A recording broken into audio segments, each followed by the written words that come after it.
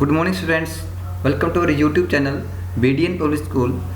This is our second video class of chapter Jalvayu of 9th class Geography. Our today's topic is जलवायुवीय नियंत्रण, यानी कि जलवायु नियंत्रण आज हम पढ़ेंगे।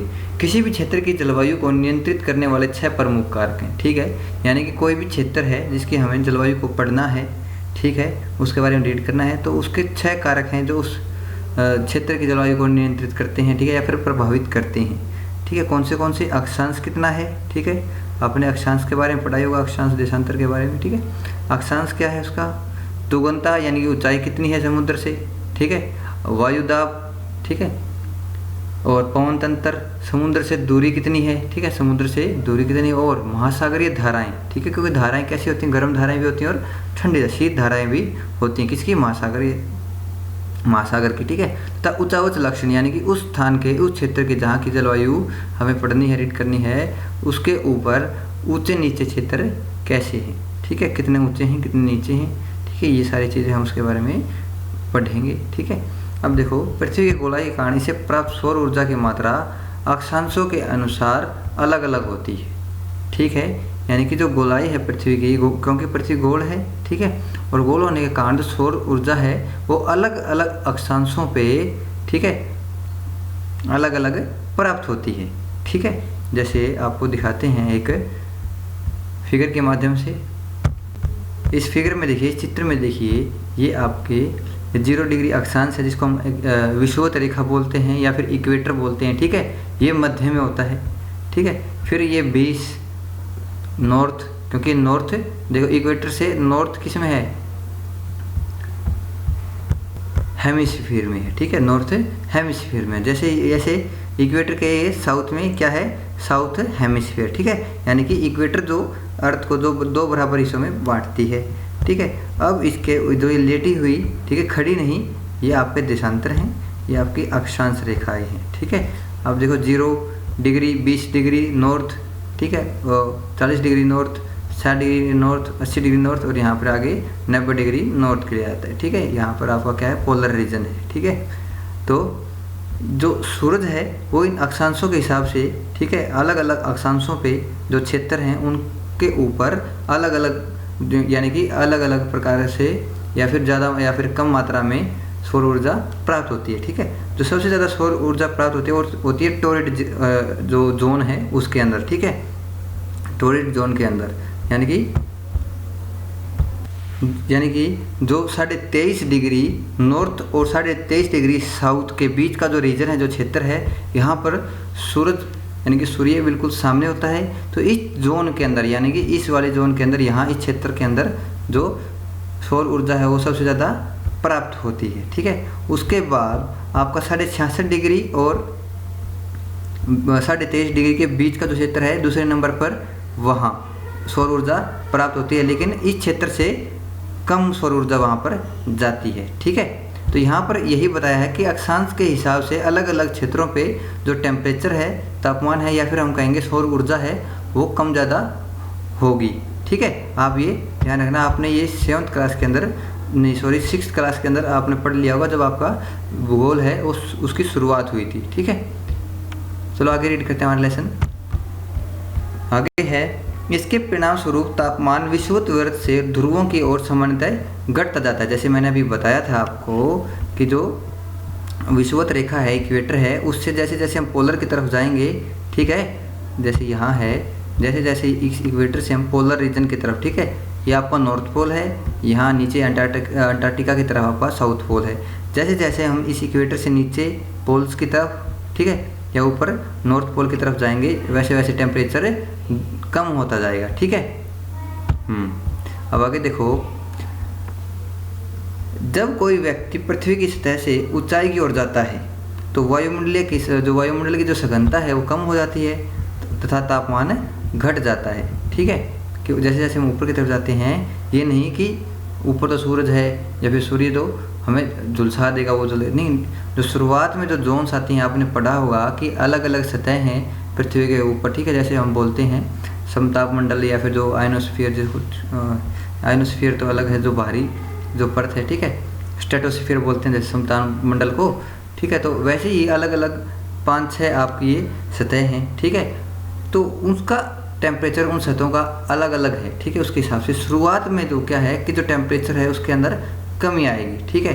लेकिन जो आयनोस्फीयर है, जो लास्ट वाली है, जैसे ही आप उस सतह को क्रॉस करोगे, हाँ ठीक है, वायुमंडल की उस सतह को क्रॉस करोगे तो गर्मी एकदम से बढ़ जाएगी। लेकिन जो बीच की जो सतह हैं वहाँ पर सर्दी, जैसे जैसे आप जाओगे ठंड उतनी आपको महसूस होगी, ठीक है।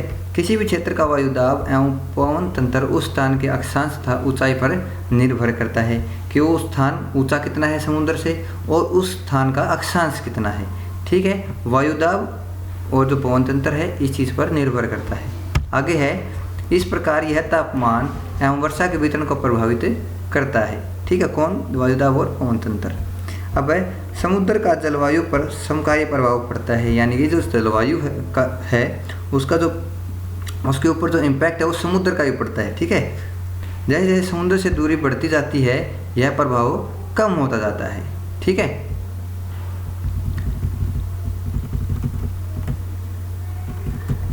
और लोग विषम मौसमी अवस्थाओं को महसूस करते हैं। इसे महाद्वीपीय अवस्था कहते हैं। गर्मी में बहुत अधिक गर्म, सर्दी में बहुत अधिक ठंडा, ठीक है। जैसे जैसे समुद्र से हम अलग दूर दूर हो जाएंगे, ठीक है, समुद्र से हमारा स्थान जो जिस क्षेत्र का हम देख रहे हैं, जैसे जैसे वो क्षेत्र समुद्र से दूरी पर होगा तो जो उसकी अवस्था होगी वो महाद्वीपीय हो जाएगी, ठीक है। समुद्र का उसके ऊपर कोई प्रभाव नहीं रह जाएगा, ठीक है।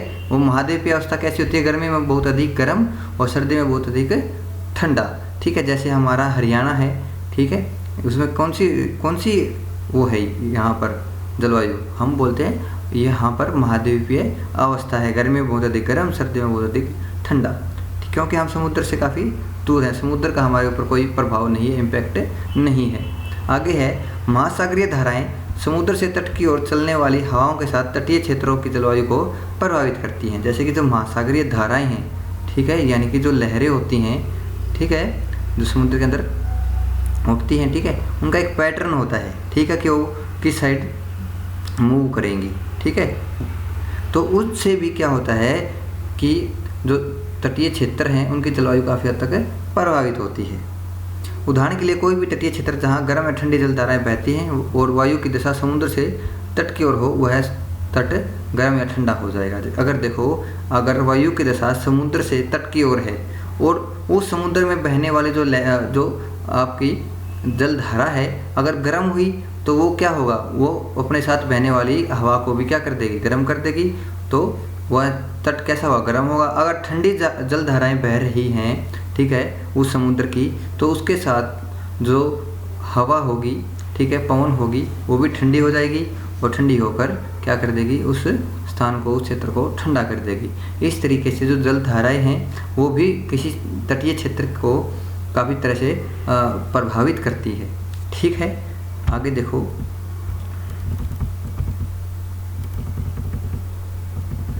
अंत में किसी स्थान की जलवायु को निर्धारित करने में ऊंचावच का भी महत्वपूर्ण भूमिका है, ठीक है, यानी कि उस स्थान पर ऊंच नीच कितनी है, ठीक है। ऊंचे पर्वत ठंडी तथा गर्म जलवायु को अवरोधित कर देते हैं, ठीक है, यानी कि जो ऊंचे पर्वत होते हैं वो क्या करते हैं? जो ठंडी तथा गर्म वायु है उसका रास्ता रोक ले देते हैं, ठीक है। यदि उनकी ऊंचाई इतनी हो कि वे वर्षा लाने वाली वायु के रास्ते को रोकने में सक्षम होते हैं तो ये उस क्षेत्र में वर्षा का कारण भी बन जाते हैं, ठीक है। और पर्वतों के पवन विमुख ढाल अपेक्षाकृत सूखे रहते हैं, ठीक है। ये लाइन आपको समझ में नहीं आई होगी, एक चित्र के माध्यम से आपको दर्शाते हैं कि यहाँ पर ये कहना क्या चाहता है। इस चित्र में देखिए आप, ठीक है, ये कोई पर्वत है किसी क्षेत्र में, ठीक है, ये उन हवाओं का रास्ता रोक लेता है जो बारिश लाने में सहायक हैं, ठीक है। अब यहाँ पर क्या होगा कि जैसे ही ये रास्ता रोक लेगा तो ये इधर वाला जो ढलान है, पर्वत का इधर वाले ढलान है, यहाँ पर बहुत ज़्यादा वर्षा होगी। लेकिन जैसे ही हम दूसरी ढलान की तरफ जाते हैं तो वहाँ वर्षा इतनी अधिक नहीं होगी, क्योंकि सारा पानी यहीं पर सारा नीचे आ गया होगा बादलों के द्वारा, ठीक है। क्योंकि आगे तो जो हवा का रास्ता इस पर्वत ने, इस चोटी ने रोक लिया, आगे नहीं जा पाता। तो यहाँ पर क्या होता है, यहाँ की जो जलवायु है वो अलग हो जाती है, यहाँ की अलग हो जाती है, ठीक है।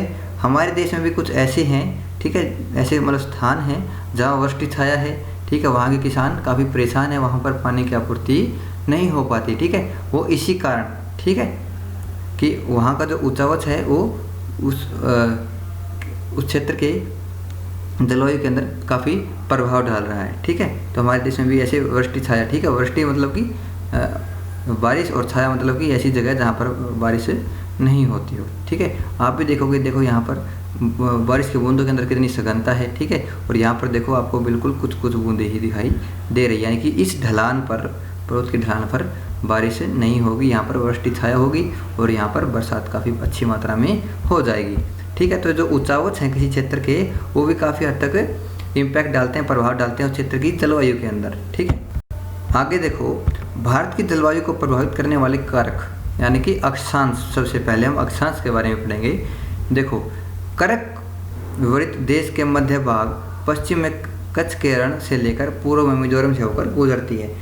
ज्योग्राफी पढ़ने से पहले तो आपको जो देश का नक्शा है हमारा, ठीक है, मैप है, उसके अंदर हमारे कौन से राज्य कहाँ पर हैं उसके बारे में आपको पता होना चाहिए। ठीक है, अन्यथा आपको मुश्किल होगी। ठीक है, तो मैं आपको सजेस्ट करूँगा कि सबसे पहले आप क्या कीजिए, एक मैप लीजिए और जो राज्य हैं हमारे, ठीक है, मैप में उनकी पहचान कीजिए कि कौन सा राज्य है, देश के किस हिस्से में अवस्थित है। ठीक है, इससे आपको काफ़ी आसानी हो जाएगी प्रश्नों को पढ़ने में या फिर चीज़ों को समझने में। ठीक है, तो देखो, जो कर्क वृत्त है, यानी कि जो कर्क की रेखा है, यानी कि 23.5 डिग्री नॉर्थ, वो कहाँ से गुजरती है, हमारे देश के बीच के भाग से गुजरती है। ठीक है, बीच से, मध्य से गुजरती है। जो पश्चिम में कच्छ के रण कहाँ पर है, गुजरात। ठीक है, गुजरात से होते हुए पूर्व में मिजोरम से होकर गुजरती है।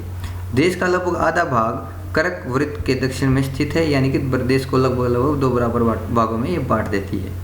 जो उष्ण कटिबंधीय क्षेत्र है, यानी कि जो दक्षिण वाला क्षेत्र है वो कैसा है, उष्ण कटिबंधीय। ठीक है, वहाँ की जलवायु।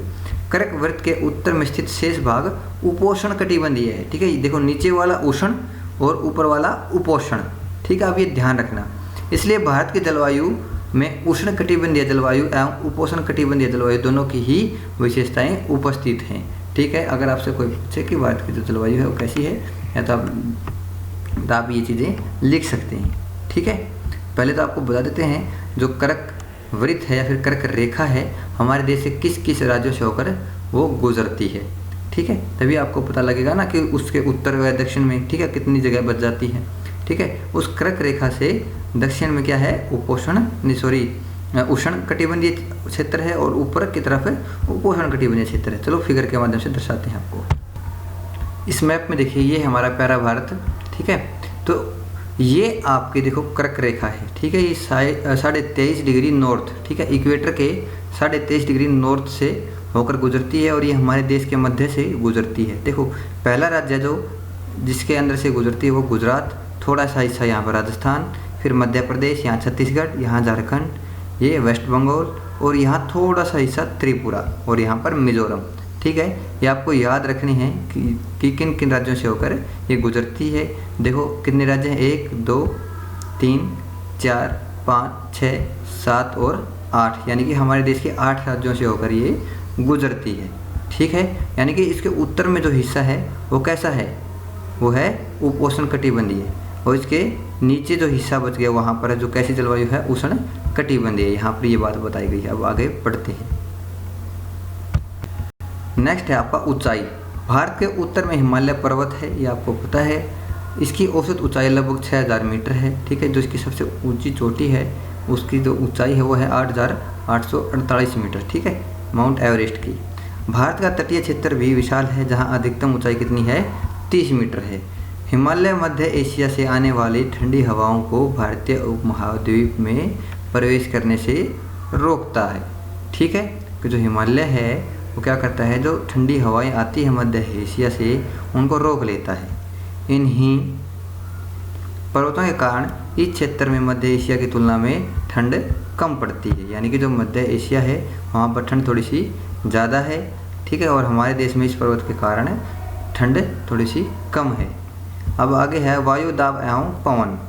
जो वायु दाब और पवन क्या भूमिका निभाते हैं अपनी किसके अंदर, जलवायु परिवर्तन के अंदर। ठीक है, या फिर किसी भी क्षेत्र की जलवायु के अंदर। भारत में जलवायु तथा संबंधित मौसमी अवस्थाएं निम्नलिखित वायुमंडलीय अवस्थाओं में संचालित होती हैं सॉरी। वायुदाब एवं धरातलीय पवनी, ऊपरी वायु परिसंचरण तथा पश्चिमी चक्रवाती विक्षोभ एवं उष्णकटिबंधीय चक्रवात। ठीक है, यानी कि जो ये मौसमी अवस्थाएं हैं वो कौन सी हैं, यहाँ पर ये बताया गया है। ठीक है, तो इन्हीं के ऊपर जो जलवायु है वो डिपेंड रहती है, निर्भर रहती है। ठीक है, अब आगे देखो, भारत उत्तर पूर्वी व्यापारिक पवन वाले क्षेत्र में स्थित है। ठीक है,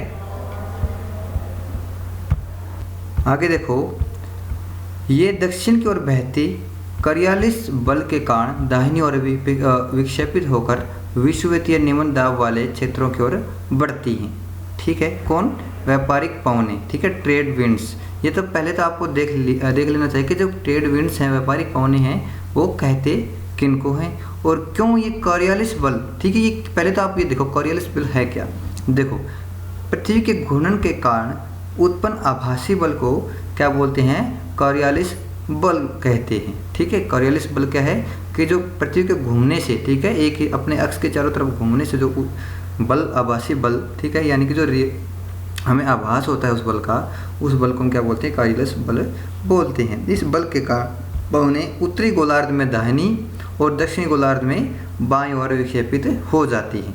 इसे फेरल का नियम भी कहा जाता है। ठीक है, ये लाइन ध्यान देने वाली है, ये आपको इसके ऊपर आप ध्यान दीजिए कि जो उत्तर गोलार्ध के अंदर जो ये पवनें हैं, ठीक है, ये पवनों को जो करियालिस बल है वो किस तरफ मोड़ देता है, दाहिनी तरफ, और दक्षिणी गोलार्ध में पवनों को ये बाईं तरफ, ठीक है, विक्षेपित कर देता है। ठीक है, तो ये आपको पता चल गया। अब है ट्रेड विंड्स किसे कहते हैं या फिर कौन सी होती हैं। ठीक है, ये देखते हैं कि फिगर के माध्यम से, चित्र के माध्यम से। सबसे पहले तो आप ये देखिए, जो करियालिस बल है या फिर फेरल का नियम है वो क्या कहता है।